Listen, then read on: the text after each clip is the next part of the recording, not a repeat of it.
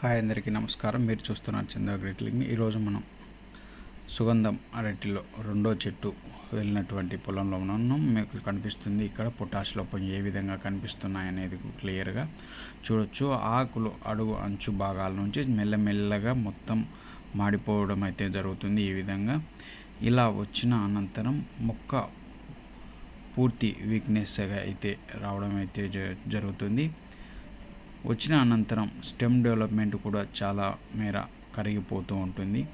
ఇలాంటి దాని నివారణకు మనం ఏం చేసుకోవాలంటే పొటాష్, మెగ్నీషియం, సల్ఫర్ కలిగినటువంటి మంచి పర్సెంటేజ్లు ఉండాలి. అది కూడా వదులుకున్నట్లయితే మొక్క మళ్ళీ రెసిడెన్సీ పవర్ కోల్పోయినటువంటిది ఇందులో మట్టలో రసం అనేది మళ్ళీ చేరుతుంది. అదేవిధంగా స్టెమ్ డెవలప్మెంట్స్ కూడా మంచిగా వస్తాయి. అదేవిధంగా ఈ విధంగా ఎండుతూ వస్తున్నటువంటిది అక్కడితో నిలబడిపోతుంది.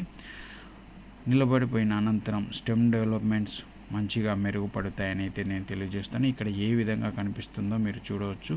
ఇలాంటి వాటి కోసం మనము ఎకరాకు లీటర్ చొప్పున ప్రిమ్హోరస్ మంచి న్యూట్రియంట్స్ కలిగినటువంటిది ఇచ్చి డ్రిప్పులో వదులుకున్నట్లయితే, అదేవిధంగా అనంతరం సృష్టి కంపెనీ వారి ఫ్రూటెక్స్ అనేటువంటిది ఒక ఎకర్నరకు ఒక 25 కేజీల చొప్పున డ్రిప్పులో వదిలి ఇందులో ఉన్నటువంటిది పొటాషియం, మెగ్నీషియం, సల్ఫర్ కలిగి ఉంటుంది. కాబట్టి ప్రతి ఒక్కరూ పొటాష్ లోప విరుగుడ కోసం ఈ యొక్క మనం చెప్పినటువంటి ప్రోడక్ట్స్ వదిలి మీ యొక్క పంటను మంచిగా చూసుకోగలనైతే తెలియజేస్తున్నాను.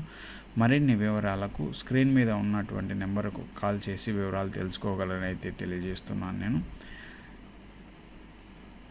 చాలామంది రైతులు ఈ యొక్క సమస్యను ప్రస్తుతం అధికంగా ఎదుర్కొంటున్నారు. దీని యొక్క విరుగుడకు మనల్ని సంప్రదించి